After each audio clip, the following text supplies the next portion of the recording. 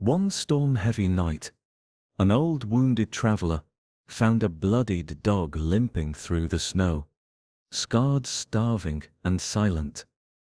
He nearly put it down, but something in the creature's eyes stopped him. What followed, after that quiet mercy, would uncover a past soaked in fire and lead him to a woman who never ran again. Why had the dog come, and what was it warning them about?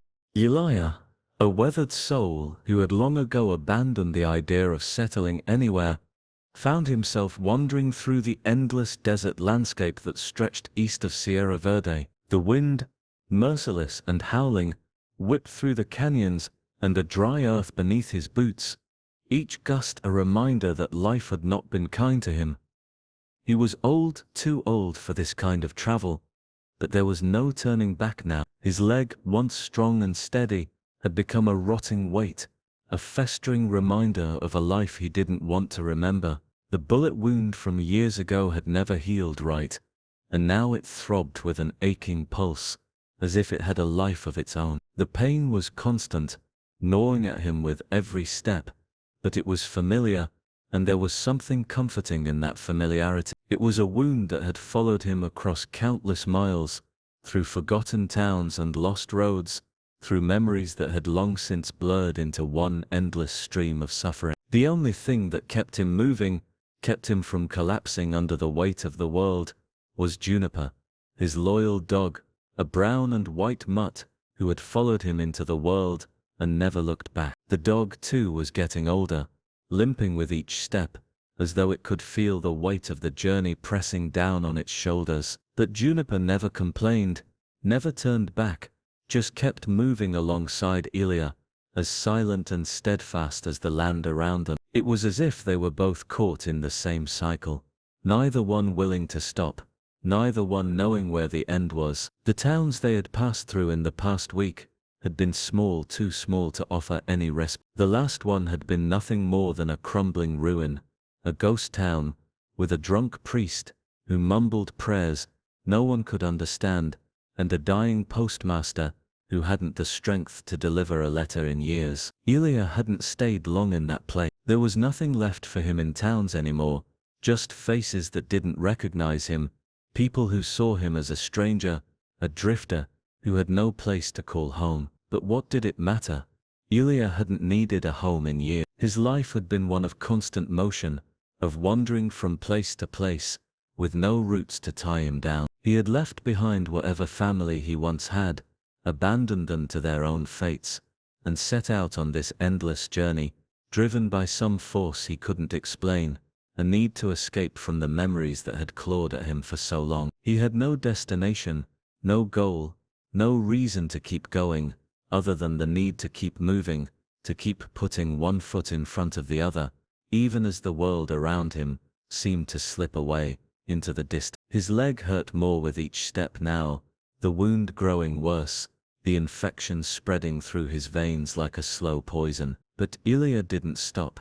He couldn't. There was no time to rest, no time to worry about the pain. He had learned long ago that time was a luxury he couldn't afford, and so he kept walking, dragging his leg, leaning heavily on his cane, while Juniper trotted alongside him, her head low, her eyes filled with the quiet understanding that only an animal could have. Elia never spoke to her much. They didn't need words. They shared the same burden, the same unspoken understanding. There was no need for conversation, when all that mattered was survival. The days bled together in a blur of sunrises and sunsets, each one blending into the next, as if time itself had given up on him. He didn't know how long he had been walking this particular stretch of land, nor did he care. The landscape had grown more desolate as they moved east, the canyons deeper, the earth harsher, the air thicker with dust. But Elia didn't mind. He had become as much a part of the landscape as the stones and the barren trees, his body just another feature of the land, scarred and worn, with no beginning and no end. The nights were the worst. The cold would seep into his bones, and he would lie awake, staring at the stars above, wondering if there was anything left for him in this world. He couldn't remember the last time he had felt warmth, real warmth, Not the kind that came from a campfire or the brief heat of a drink to dull the pain. He had learned long ago to forget what it felt like to be loved, to be wanted, to be anything other than a traveler. The man he had once been was gone, buried somewhere in the past, and in his place was this shell of a man, walking endlessly through the desert with no destination in sight. But even in the darkness, when the pain in his leg was unbearable, and the silence pressed down on him like a heavy weight, there was Juniper. She would curl up beside him, her warm body a small comfort against the cold, and Ilya would close his eyes, listening to her soft breathing, knowing that for this one moment, he wasn't alone. They were two souls bound together by a shared fate, a shared need to keep moving forward, no matter what. The pain in his leg was a constant reminder of the life he had left behind, but it was also a part of him now, like an old scar that had never fully healed. It wasn't just physical pain, it was a pain that went deeper, that cut into the very marrow of his being. It was a wound that couldn't be seen, but one that Ilya felt in every breath,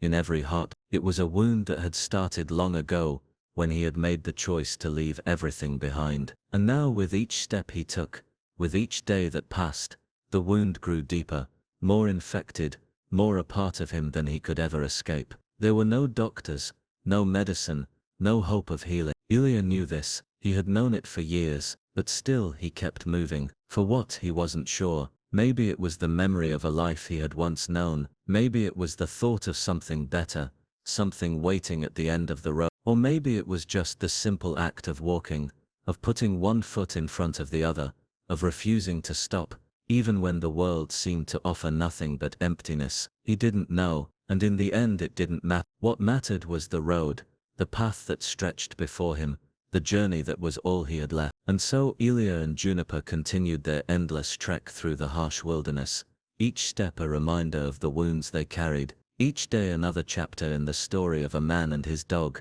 walking together, lost in a world that had long since forgotten. The storm came in like a beast from the sky, wild and unrelenting, shaking the earth beneath Ilya's feet as she trudged through the dense forest.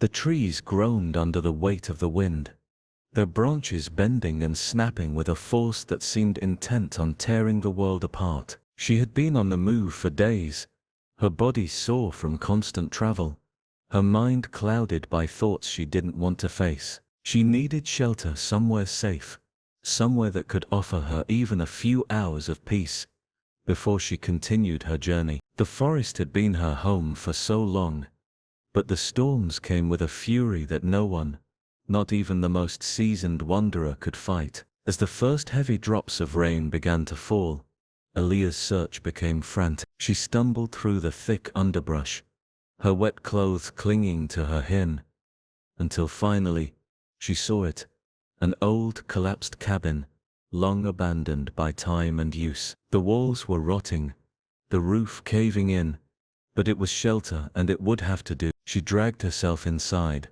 shaking from the cold and the relentless wind. The fire she managed to start was small, but enough to take the chill from her bones, and as she sat by the flickering light, she let her tired eyes close, trying to find some rest before the storm passed. But sleep would not come. The wind howled, and the rain beat against the roof like the world was unraveling outside. It was then that she heard it, the sound of someone or something moving through the storm. The footsteps were soft at first, just a whisper against the howling wind, but soon they became louder, more distinct, until a figure appeared in the doorway. She was soaked, her hair plastered to her face, her clothes heavy with the rain that clung to her like a second skin. Ilya's first instinct was to rise, to protect herself, but something about the woman's silence, her stillness, kept her in place. She didn't speak, didn't ask for help. She simply stood there, bleeding from a wound on her arm,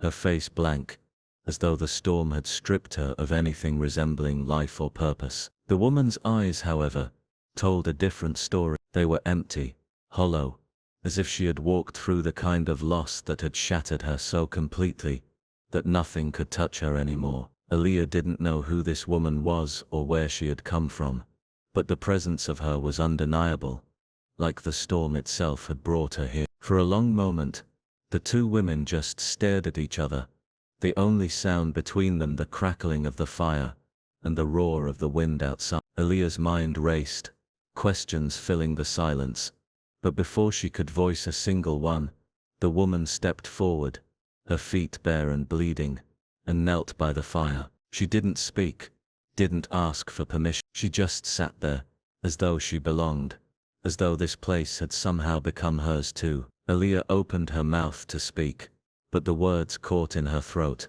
She didn't want to make the woman feel out of place, and yet, her presence was like a storm itself, unpredictable and unnerving. She finally managed to say something, her voice hoarse from lack of use. "You're bleeding." The woman's eyes flicked to her arm, where the blood had begun to soak through the fabric of her sleeve, and she gave a small, almost imperceptible nod. "So are you," she replied, her voice quiet, steady, and without the weight of emotion Aaliyah had expected. There was something strange about the way she spoke, as though she had lived in a world where words no longer mattered, where the simple act of existing was enough to fill the silence. Aaliyah wanted to ask what had happened to her, what had brought her to this moment, but the woman spoke again, cutting her off before she could voice her questions. "I'm Sel," she said, her voice flat, as though the name she offered held no weight, no meaning. "Short for something I no longer use." Aaliyah felt a pang in her chest,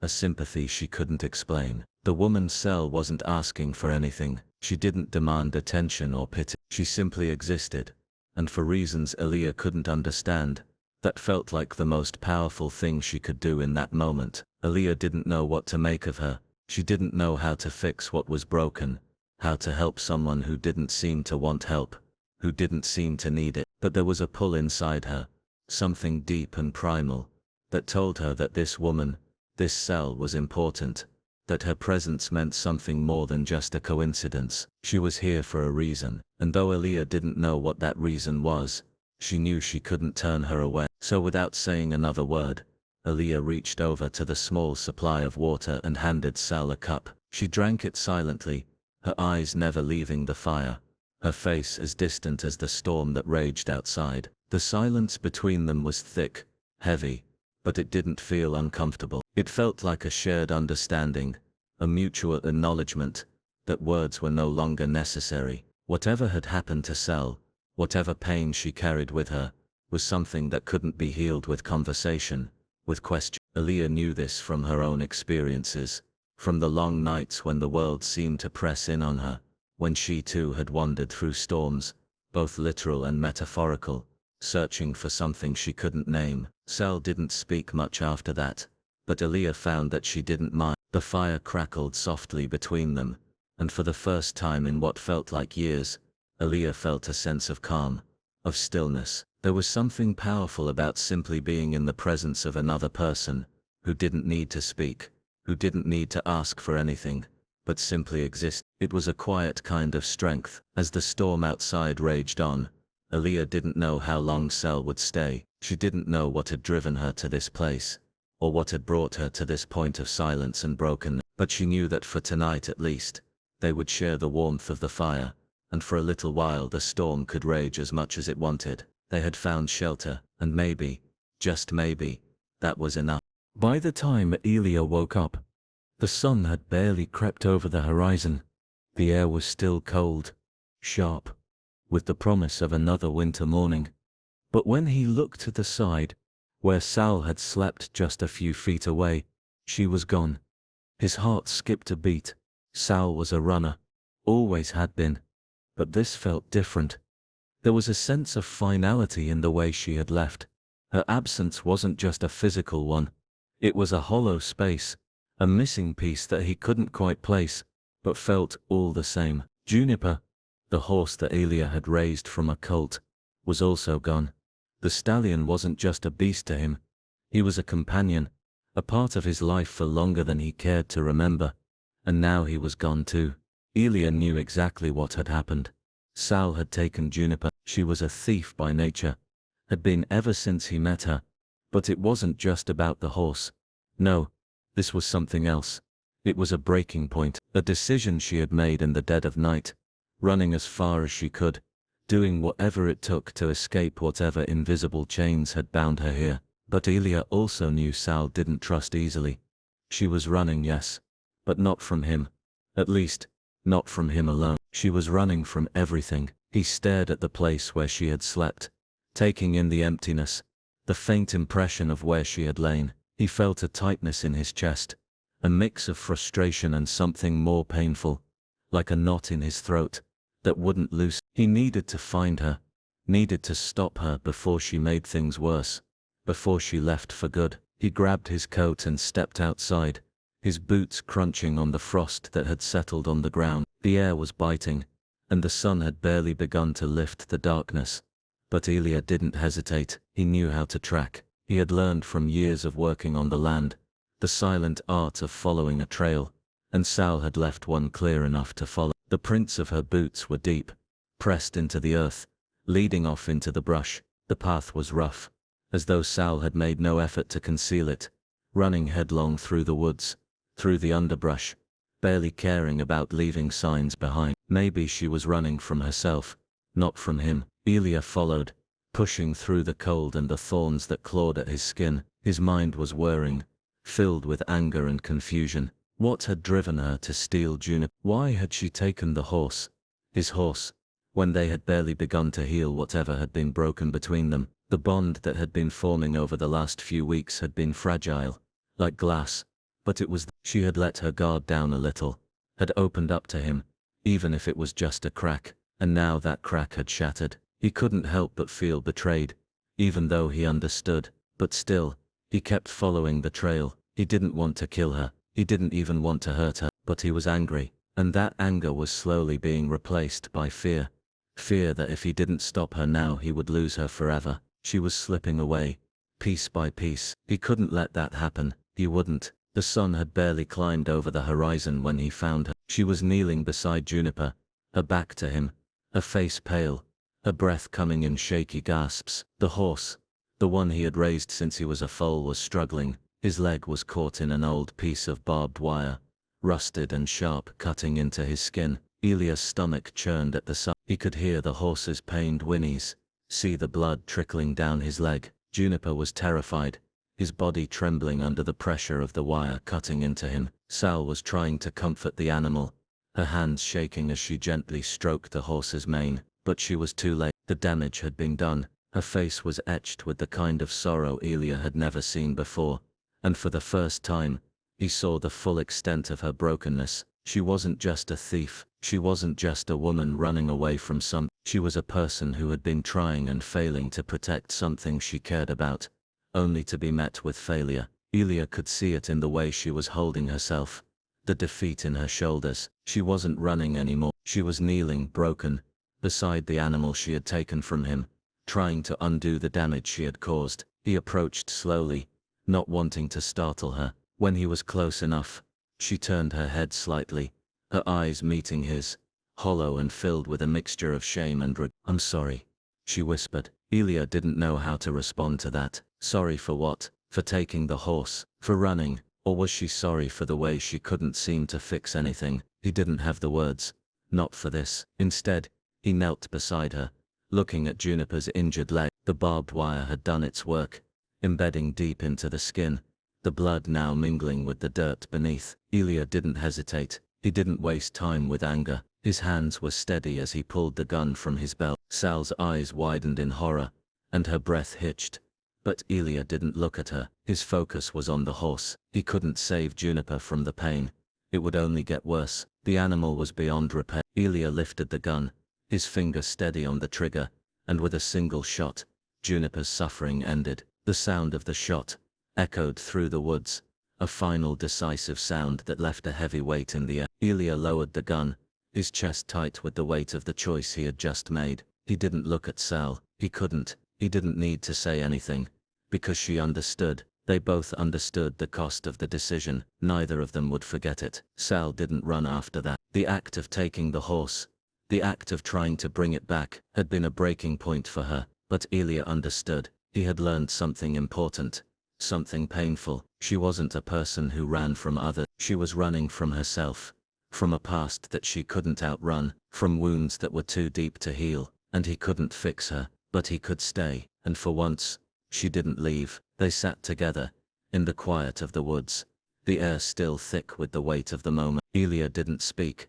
and neither did she. The silence between them was something they both understood now, a shared sorrow, a shared choice. Neither of them knew where they would go from here, but for now they were together.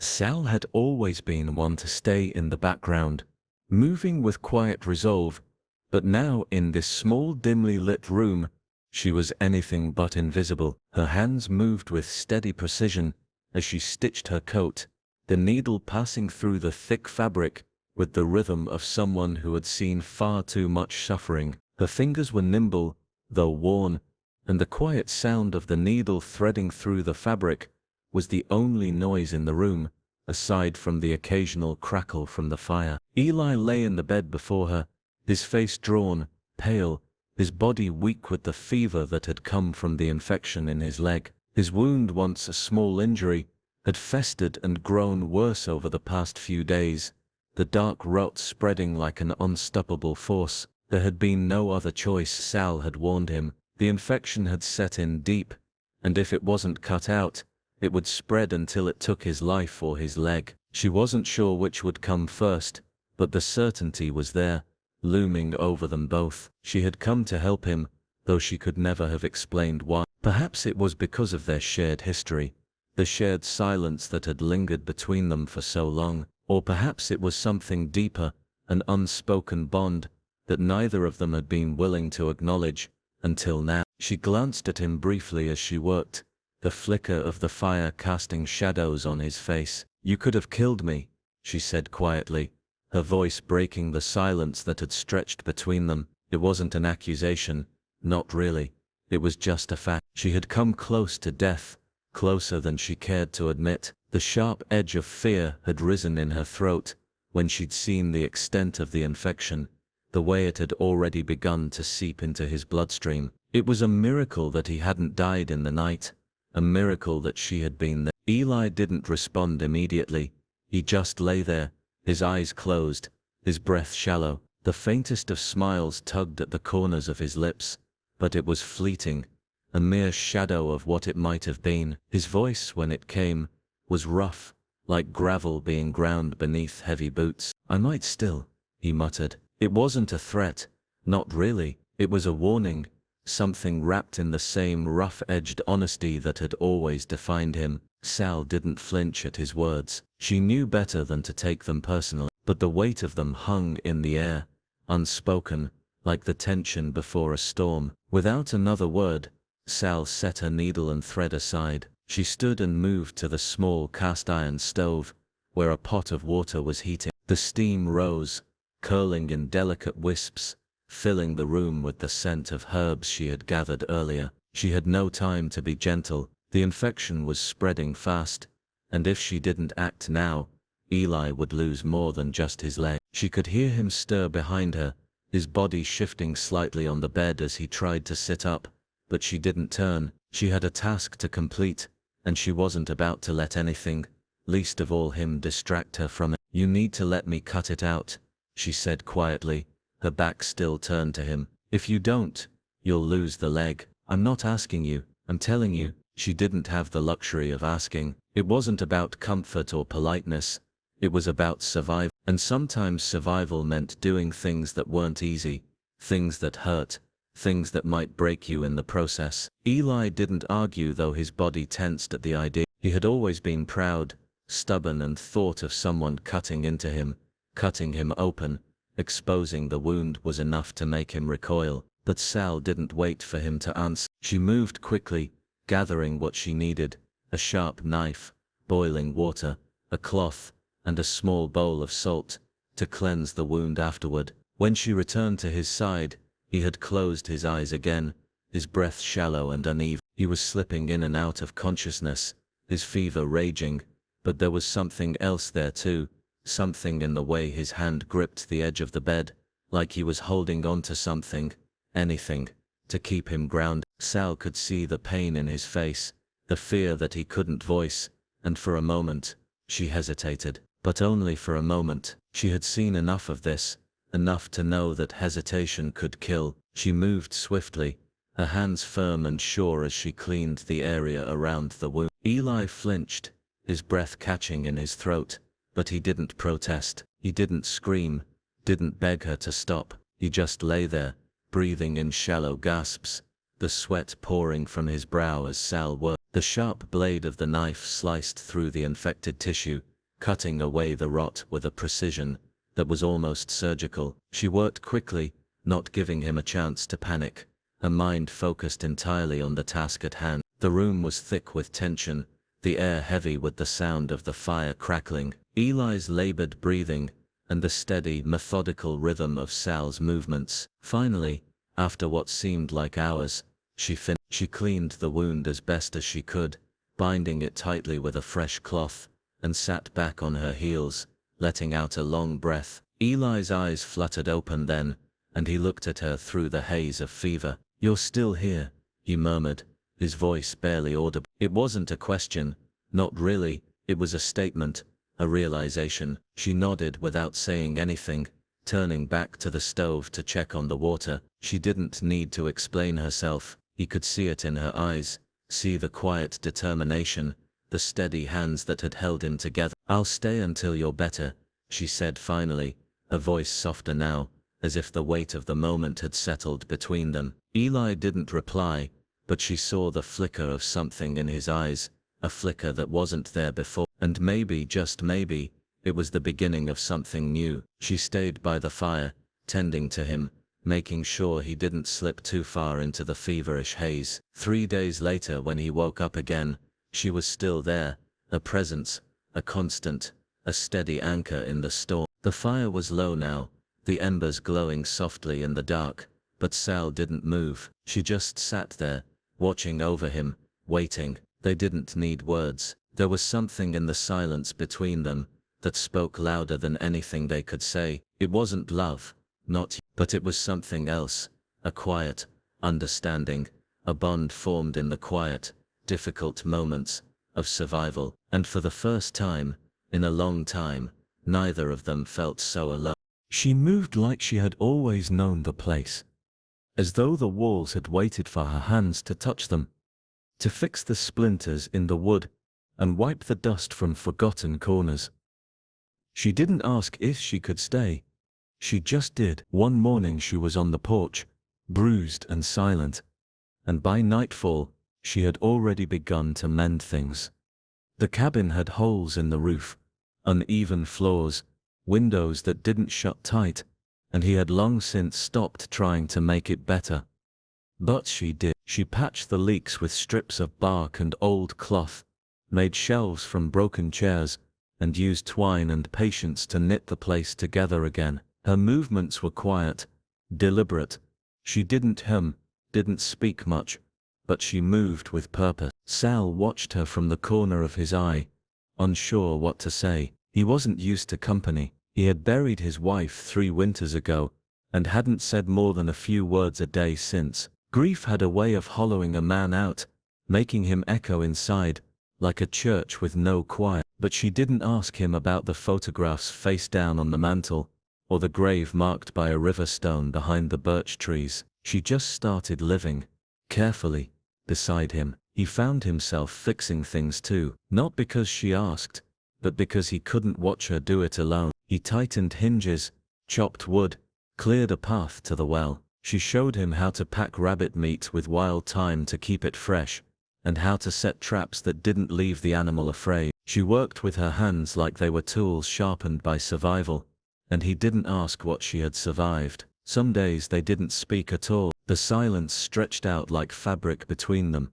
not heavy or sharp, just there, soft and wide enough for 2 people to sit with their pain, without bumping into each other's. She carved wooden spoons in the evenings, her knife flicking tiny curls of cedar into her lap. He carved too badly, and she never laughed, but sometimes he saw her lips twitch, just slightly. When the fire smoked too much and filled the room with coughing and curses, she didn't complain. She adjusted the flue, sealed the cracks, even lined the chimney with stone and clay, scraped from the creek. The day it finally worked, when the fire burned clean and warm and left no bitter cloud in its wake, she sat back, her cheeks flushed, her hands black with soot, and she smiled. Just one. It was small like the last star before dawn, but it stopped him in his tracks. He didn't say anything, he just nodded, and she looked away. From that day on, something shifted, not loud, not sudden,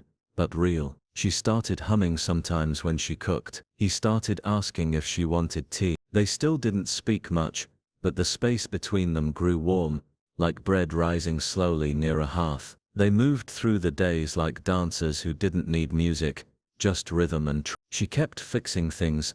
Jars of dried herbs appeared on the windowsill, a wind chime of bones and shells swayed on the porch, and the shelves filled with things neither of them had words for, but knew were necessary. He built a table from reclaimed wood, rough and sturdy, and she placed a stone bowl in the center, filled with pine cones and feathers. They didn't call it home, but it started to feel like one. Some nights he dreamed of his wife, and woke with tears he didn't hide. She would sit nearby, not asking, just present. Her silence wasn't empty, it was kind. She had her own ghosts. He saw it in the way she flinched at thunder, in how she never let her back face the door, but she never spoke of them, and he never pressed. Over time, they began to share little things. A story about a fox she once followed for hours, a memory of the first fish he caught with his father. He learned her name was Ilya, and she learned that Sal once played fiddle before his hands forgot how to make music. They didn't laugh often, but when they did, it was like finding water in a dry place. One night, the snow fell thick and quiet, burying the trees in silence. Sal placed a second chair near the fire, and Ilya brought out a wool blanket she had mended. They sat, not touching but close enough to feel each other's breath. She looked at him, her eyes softer now, and said, "I think we are both in pieces." He nodded. "But maybe," he said, "pieces can build something too." She didn't smile that time, but her hand brushed against his, and she didn't pull away. The fire cracked, the wind howled, but inside, the quiet was gentle. They were not healed, but they were no longer alone, and for now that was enough. The day started like any other, with the quiet sigh of wind through the trees, and the steady rhythm of Sal's footsteps, crunching frost beneath her boots. She'd been sharpening her knife on the porch, keeping watch without looking like she was, while Ilya boiled roots inside. But then the horses came, distant at first, a soft drumbeat on the earth that most would have mistaken for thunder. Sal didn't mistake it. She froze. Her eyes narrowed. Then she stood, slow, methodical, the way someone does when instinct says trouble's coming fast. Ilya stepped outside, spoon still in hand. "Do you hear that?" she asked. Sal didn't answer right away. Instead she stared out at the tree line. 3 men emerged. Strangers. Riders. One in a red coat that flared like a warning flag. One with an eye patch, and a thick scar running from his cheek to his neck. And one bald, holding a long gun across his chest, like a priest holds a crucifix tight, reverent, ready to kill with it. They didn't speak, they didn't wave, they just stopped at the edge of the clearing, their horses pawing at the dirt like they could feel the tension too. Sal's voice was low but firm. "We need to move." Ilya looked at her, startled. "Who are they?" Sal's jaw tightened. "Shadows." That was all she said. She turned fast, grabbed a canvas bag from inside, shoved in only what they needed: water, flint, a worn map, a pouch of dried berries, and handed Ilya a small knife. "Stay close," she said.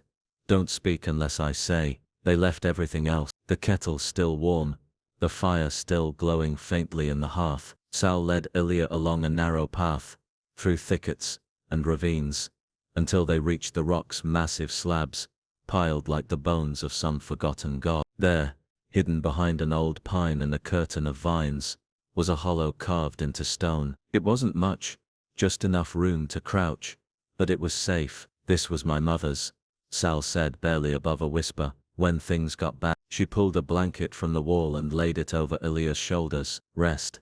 I'll watch." But Ilya didn't sleep. She listened to the silence outside, broken only by wind and the occasional call of a night bird. Sal didn't move for hours. She sat at the entrance, one hand on her knife, the other on the ground, like she could feel danger through the dirt. When morning came, the sky pale and cold, Sal was gone. Ilya woke to emptiness, the kind that wraps around you and tells you something is wrong before your mind catches up. She crawled to the entrance, looked out, nothing but trees and mist. She waited, an hour, two, still nothing. The wind began to feel colder, the birds quieter. Fear crept in, slow and unwelcome. She whispered Sal's name once, then twice, but only the rocks answered, so she retraced their steps. The forest seemed different now, hollowed out, like something had moved through it and taken all the light with it. When Ilya reached the cabin, her breath caught. The door hung from one hinge, swinging slightly. The wood was splintered,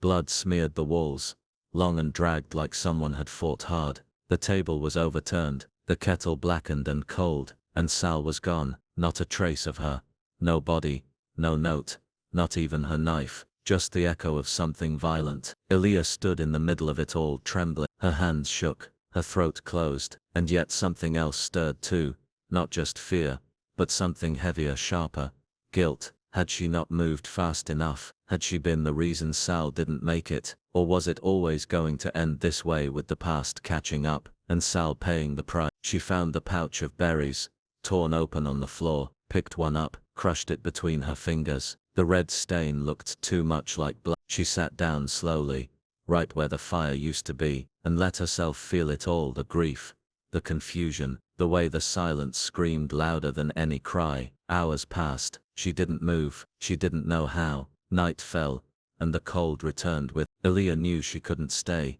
but where would she go? The forest didn't care, the shadows were still out there, she could feel them watching. She wrapped herself in Sal's old coat, still hanging behind the door, and stepped outside. The stars were sharp that night, watching like witnesses. She whispered Sal's name again, softer this time, like maybe she'd hear it. "I'm sorry," she said. "I should have." But she couldn't finish the sentence. Instead she picked up Sal's boots from the porch, one half buried in pine needles, the other bloodied, and placed them by the step. A small altar, a goodbye. Then she turned toward the trees, and walked into the dark, not knowing where she was going, only that she had to keep moving, because the shadows had found them, and because whatever came next, she had to face it without. The forest closed behind her, and the night swallowed her whole. He followed the broken branches, the bent grass, the faint scuffs in the mud, where boots had dragged too heavy, where something had been carried, or someone had been taken. And Ilya didn't speak as he tracked them, didn't call out, didn't pray. They had taken Sal, and that was all that mattered now, all that filled his head, louder than the wind in the trees, or the ache in his feet, or the burn in his lungs, louder than the fear that scraped at the back of his throat, because it wasn't fear for himself anymore. It was rage, hot and pulsing, the kind that didn't speak but screamed in silence, the kind that narrowed the world down to one thing: get her back. And when he found the camp, tucked behind an outcrop of stone and shielded by crooked pine, the fire was low, and the men were laughing, drinking something foul, unaware that death had arrived on two legs, and a quiet breath. And there she was, tied to a post like some animal, bleeding from the mouth, from the temple, one eye swollen shut, but her back straight and her chin high. And Ilya didn't wait, didn't think, didn't hesitate. He moved through them like a shadow, with teeth, knife silent in the dark, hands sure, eyes cold, and he didn't stop until they were all down, until the fire crackled alone, and the night remembered how to be quiet again. And when it was over, when the red soaked the dirt, and the silence wrapped the clearing in a shroud, Sal looked at him through the blood in her lashes, and said, "Took your time," and her voice was raw but strong, and he cut the rope with fingers that shook, not from fear, but from the storm that had passed through him. And she leaned into him, just for a second, just long enough for the warmth of her body to remind him she was still alive. And they didn't speak much, as they moved away from the clearing, as the stars returned, and the trees seemed to breathe again. But when the fire was lit once more in a safer place, and the pain dulled under a blanket of night, she looked at him, face half in shadow, and said, "They weren't after me." And he frowned, unsure, his heart still beating the rhythm of battle, and then she said it again, slower this time, with a kind of quiet certainty that made the world still. "They were after you," and he froze, every part of him recoiling, in slow realization. "One of them said your name," she added, and he stared into the flames, the blood on his hands drying now, the echoes of their screams still faint in his ears, and he understood, finally, that whatever had begun in the shadows, had now come to his doorstep, that this was no accident, no random act of cruelty, but something older, something deeper, something that had been following him longer than he dared to admit, and Sal, bruised and bleeding, wasn't just a victim of chance, she was a message, a warning, and maybe even bait, and the thought of it made him sick, made his fists curl, because she had suffered for something meant for him, because blood had answered blood, and now there would be no peace, not until he knew who they were, not until he buried them all. And Sal watched him from across the fire, her eyes heavy, her breath slow, but her presence grounding, and in that moment, neither of them were alone, not in fear, not in purpose, because if they had come for him once, they would come again, and next time they would not find him unready, they would not find him merciful, because something in Elijah had changed beside that post, something dark had been unlocked, and whatever part of him had once belonged to peace, had burned in the quiet blaze of that night, replaced now by a promise made in blood, the kind of promise that echoes, even in silence. They left before dawn, their footsteps light but hearts heavy, riding east into the uncertain horizon, where the sky stretched wide, and the wind whispered promises they barely understood. They didn't know where they were going, only that they had to move away, away from the ghosts and shadows that clung to the places they once called home. The road was long and uneven, the trees thinning as they descended into a valley that cradled an old broken shack, battered by seasons but still standing like a quiet sentinel, waiting for them. It was a place forgotten by time, the wood weathered and grey, nails rusted but holding firm, a skeleton of a shelter that felt like a chance. They chose this place, not because it was perfect, but because the wind was kind here, soft and cool, brushing past like a gentle hand that promised safety. Slowly they set to work. The rebuilding was slow and careful, every board and nail a small act of hope. The shack, once hollow and empty, began to breathe again, as walls rose and windows caught the light of the rising sun. They salvaged what they could, broken tools, bits of cloth, some old cans, and turned the ruin into a home, fragile but theirs. Each morning they planted beans in the small patch of earth just beyond the door, their fingers deep in the soil, feeling the coolness of life beneath the dust and stone. They watered the seeds with quiet patience, watching as the first green tendrils pushed through the dirt, proof that even here, life could take root and grow. Coffee was a ritual, rough grounds boiled over a small fire, bitter and black, shared in silence between them. No grand words were needed.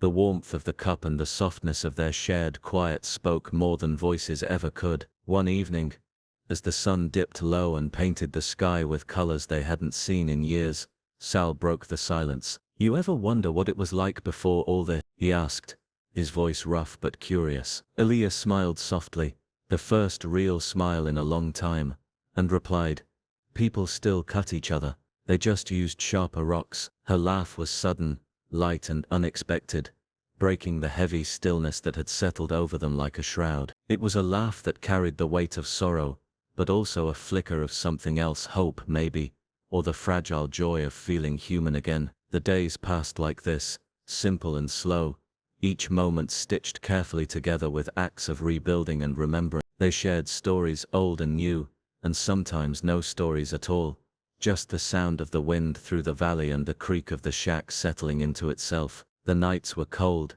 but the fire was warm, a small blaze that kept the dark at bay, and their spirits tethered to the world. There was fear, yes, fear of what lay beyond the valley, fear of what the future might hold, but it was tempered by a stubborn will to survive and to hold on to the small kindnesses they could find. The shack was more than shelter, it was a symbol of new beginnings, a fragile seed planted in the soil of a world that had been broken, but not yet finished. In this place where the wind was kind, they learned to breathe again, to hope again, to be small and whole in a world that had tried so hard to tear them apart. And through it all they carried each other, their scars and stories woven tightly together like the roots of the beans growing just outside their door, reaching deeper every day toward the promise of something better. They didn't know what tomorrow would bring, but here in this valley beneath the kind wind, they had found a place to start running east, not away from themselves but toward the fragile light of what might still. They found him near the edge of the broken road, a shadow curled in the cold dirt, barely alive and trembling with every shallow breath he took. His ribs jutted sharply through ragged fur that was tangled and matted with grime. Every step a painful reminder of battles fought alone and scars carried deep beneath his skin. Elia looked down at him, her heart breaking in a way words could never hold.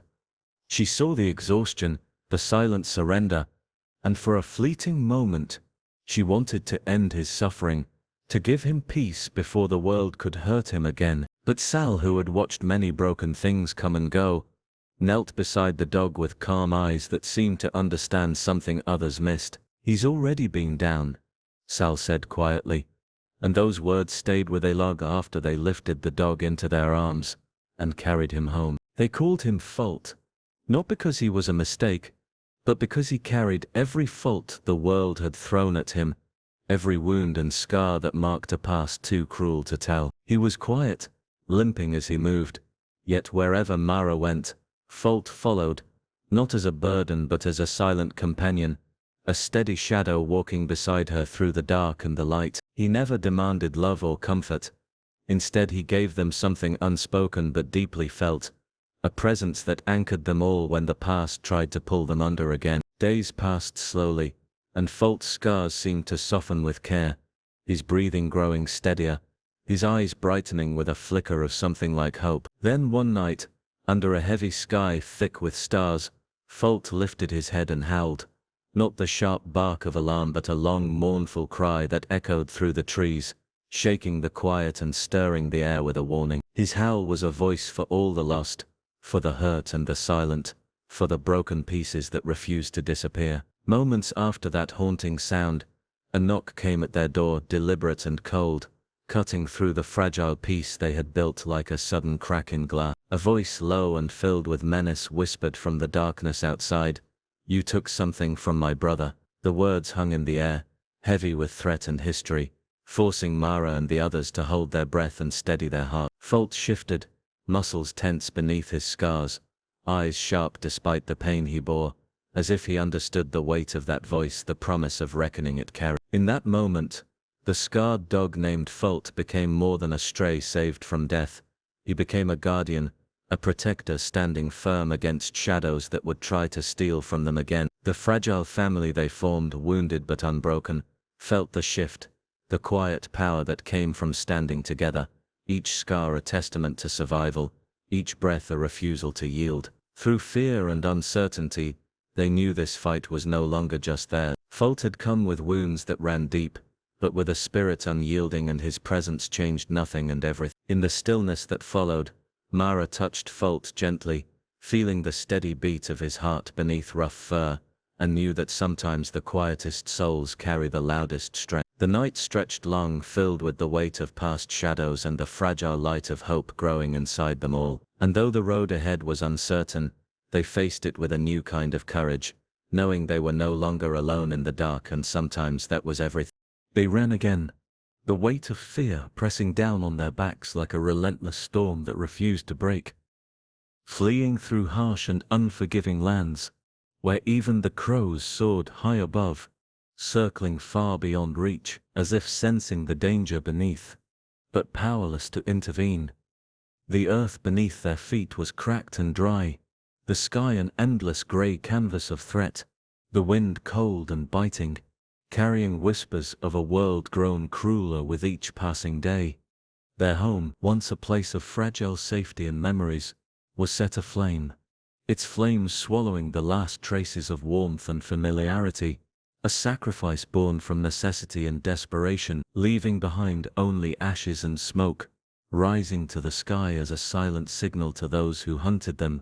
They would not be caught without a fight. They mounted their horses, tired but determined, riding through twisted paths and forgotten trails, seeking refuge in places untouched by kindness, places where hope was a fragile ember. One day they came upon a ghost town, its buildings crumbling, windows like hollow eyes, staring into nothingness, streets empty except for the echoes of a life long gone. It was a place of desolation but also a hideout, where the silence could shield them from prying eyes. Sal, ever watchful and sharp, traced a finger over a worn map, pausing at a place marked by a red thumbprint, her voice low but steady. "Unsafe," she said, her eyes hard as flint, but hid. It was the kind of place no one wanted, but for them it was a refuge carved from danger, a temporary shelter on the road that refused to end. Nights were spent in uneasy silence, the fire casting shadows that danced like ghosts around their camp, the smell of burnt wood still heavy in the air from the latest destruction that followed them, like a curse. Another camp had been found burned, a cruel message left in the wake of their flight, and it was on one such night, under a sky heavy with stars and secrets, that Sal finally spoke the truth that had weighed on her soul for too long. Her voice was barely above a whisper, but carried the weight of pain and reckoning. "I killed Mercer's son," she confessed, the words hanging between them like a stone sinking in still water. She looked away, the memory sharp and raw. "He took something from one of mine, so I took him." The confession was not one of pride but of necessity, a brutal act born of love and vengeance, the tangled threads of survival and justice weaving through her heart. The road back was not just a physical journey through harsh lands and burned homes, it was a path through their own fractured pasts, their fears and regrets trailing behind them like shadows that refused to fade. Each mile they traveled was a step toward an uncertain future, a future where the past was both a burden and a beacon. Sal's revelation added a new weight to their flight, binding them in shared secrets and silent understanding, reminding them that their fight was far from over, that the land they crossed was cruel not just in its barrenness, but in the way it demanded sacrifices too heavy to carry alone. Yet despite the danger and the loss, there was a fierce fire burning within them, a stubborn refusal to be broken, a determination to keep moving forward even when every step seemed to carry them deeper into the heart of the storm. They rode on through the wilderness, through lands where the crows dared not linger, where the wind whispered threats and the earth seemed to close in around them, but also through moments of quiet strength, where the bond between them grew stronger with each shared glance, and each breath held together in hope. The road back was long and cruel, but in the depths of that journey they found the raw edges of their own courage, the unyielding threads of loyalty, and the fragile shoots of a future, still waiting to be born from the ashes of the past. They stopped running because the weight of endless flight had finally worn them down. And more than that, because Mercer was close, too close to ignore any longer. Sal and Elia knew that if they kept running, they would never be free, never taste the air of safety or the peace they craved. So they prepared.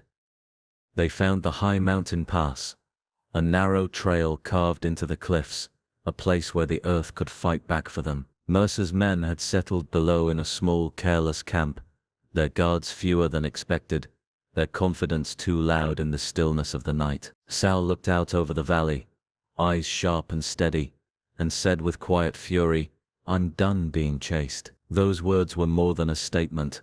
They were a promise to themselves, a turning point where fear gave way to fierce resolve. That night, under the cover of stars so bright it almost seemed like the mountain itself was watching, Sal and Elia crept up to their spot in the pass, dynamite in hand, hearts pounding with the weight of what was to come. The fuse was lit with trembling hands, a small spark that would grow into a roar that shook the earth. Rocks shattered with thunderous force, crashing down into the camp below, and the screams of horses tore through the night like wild wind. Chaos exploded where once there had been arrogance and ease. Men scrambled, shouting orders lost in the roar, the ground trembling beneath their feet as the mountain reclaimed its power. And in that moment of upheaval and noise, Sal and Elia stepped forward from their hiding places, walking straight into the fire they had set. Their footsteps were steady, their faces grim but unbroken, because this was their stand, the moment they chose not to run but to fight,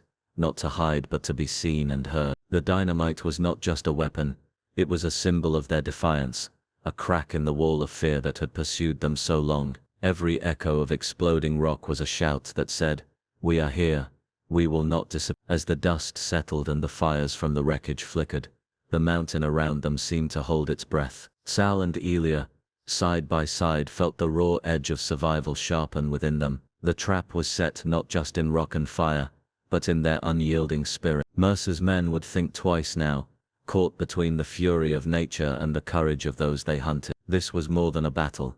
It was the reclaiming of freedom, the turning of the chase into a stand, the moment when running became walking, and walking became standing tall in the face of everything that tried to break them. Their hearts were still racing, but with a different kind of beat, a rhythm of hope and fierce determination. This night the mountain became more than a place to hide.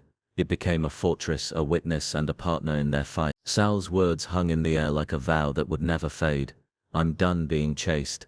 And in that vow they found a strength deeper than fear, wider than the valley below, and as enduring as the stone beneath their feet. The trap they set was a turning point, not only in the battle but in their own story, a story of courage born from desperation, of fire born from silence, of two souls who stopped running and faced the storm head-on. The mountain remembered that night, as did the stars, and so would those who heard this story, because it carried the fierce truth that sometimes standing still and setting the trap is the bravest thing you can do. Mercer stood by the old wagon, the cold morning light, catching the glint of his smile, a smile that was both mocking and tired, a smile that carried the weight of countless battles fought and lost in the shadows of this broken world. He looked at Sal with eyes that held something like respect, or maybe just recognition, and called her little thief, with a voice rough from years of anger and regret. The name was meant to sting, but Sal didn't flinch. She held her ground, steady and silent, knowing this moment would come. The world around them was still, as if waiting for the final breath of a story written in dust and gunpowder. Both raised their weapons with hands that knew too much pain to tremble now. The gunfire cracked through the crisp air, a sharp, terrible sound that broke the silence like a scream. Sal's bullet found its mark, hitting Mercer in the mouth, silencing him forever with a cruel and sudden finality. He dropped like a fallen tree, heavy and still, the fight finally over in his eyes. Sal moved forward without hesitation, her steps sure and steady, reaching down to take Mercer's ring from his finger, a ring that had once meant power, control, and a promise that was long broken. She turned it slowly in her hand, feeling the cold metal bite against her skin. Then, with a quiet fury born of years of loss and survival, she threw the ring into the fire, watching as the flames swallowed it whole, the last symbol of Mercer's grip on her life melting into ash and smoke. The fire flickered and danced, lighting the darkness with a fierce glow that spoke of endings and new beginnings. As dawn stretched its pale fingers across the horizon, Sal and Ilya walked away from the fire and the ruin, leaving the past behind like a shadow fading with the night. The air was clean, the wind gentle, carrying no names, no curses, no memories of the violence that had passed. It was as if the earth itself was breathing a sigh of relief, making room for something fragile and new to grow. Ilya looked to Sal with eyes full of questions, the weight of what had happened pressing softly but heavily on her heart. She asked, "What now?" And Sal, with a quiet strength that had carried her through every nightmare and every fight, answered simply, "Now we're not being chased." Those words held a promise, fragile and fierce, a promise that no matter how dark the road ahead, they had finally found a moment of peace, a moment without fear. The world was still dangerous, still full of shadows and threats, but in that moment, they were free from the hunt, free from the ghosts that had haunted their every step. They walked together into the light of the new day, their footsteps a soft echo on the quiet earth, carrying hope like a whispered prayer. The last bullet had ended more than a life. It had ended a cycle of pain and fear, breaking chains that had bound them for too long. And in that ending was a beginning, a chance to heal, to find new paths, and to build something that was theirs, not taken or stolen. The wind carried no names, no hatred, only the soft promise of tomorrow. Sal did not beg, did not break, because she knew that strength was not in surrender, but in standing tall, even when everything inside her was fragile. Ilya did not break either. Her spirit was forged in the fire of loss and love, unyielding and bright. Together they faced the unknown, not as hunted shadows but as survivors, who had claimed their right to breathe, to live and to move forward. The road ahead was long and uncertain, but they walked it with a quiet courage, born of everything they had lost, and everything they still held close, their friendship, their hope, and the hard-won freedom found in the silence, after the last bullet fell. They found a quiet hill near a gentle creek, a place where the world seemed to hold its breath, where the noise of the past could soften, and the weight of running could finally be laid down. It wasn't a house they built, not something grand or lasting, just a small shelter, a place to rest, to breathe, to begin again. The walls were low, made of rough-hewn wood gathered from the forest around them, and the roof was covered in green moss and leaves that whispered with the wind. It was a fragile thing, but it was theirs, and in that simple space they began to plant seeds, not just in the earth, but in their hearts. She took handfuls of corn seeds, small and bright, and planted each one with care, marking them with small stones or scratches in the soil, so that each seed would know it was meant to grow, that someone had thought of it, loved it before it even broke through the earth. So they know someone meant them,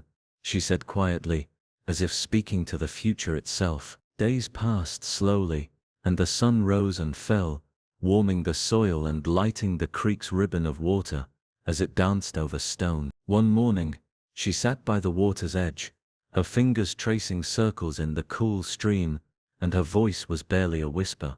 "The girl he took. She looked like me." Ilya didn't answer.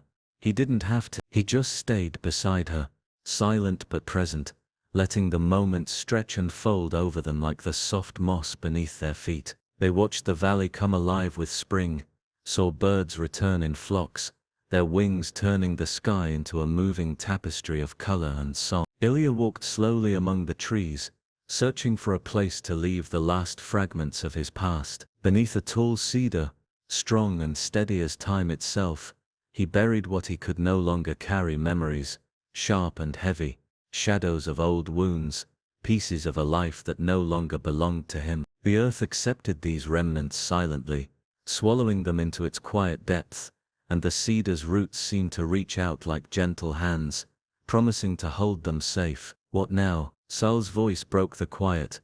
Her question hung in the air, fragile and unsure. Ilya looked at her, his eyes soft but firm, and said simply, "We live." Those words carried more weight than any battle cry or vow. They were a promise to themselves and to the future, a step beyond running, beyond surviving, into the realm of living fully, with all its pain and joy. And in the weeks that followed, they worked the land together, tending the small patch of corn that grew stubborn and bright in the sun. They gathered wild herbs and roots, learned the songs of birds and the stories written in the shape of clouds and stars. Each day was a quiet miracle, a thread woven into a new tapestry of life. Sometimes at night, the creek's soft murmur was the only sound, a lullaby for the restless heart. They learned to rest in that silence, to listen to the stories the earth told in its slow, steady way. And in the company of each other, the heavy shadows that had chased them for so long began to lift, replaced by something fragile but real: hope. They didn't know what the future held. There was no map, no sure path, but they carried with them a truth that could not be taken away. They had stopped running, they had come home, and in that simple quiet place, where the hill met the creek and the corn stretched toward the sun, they began to live again, each breath a testament to endurance, each moment a seed planted in the soil of tomorrow.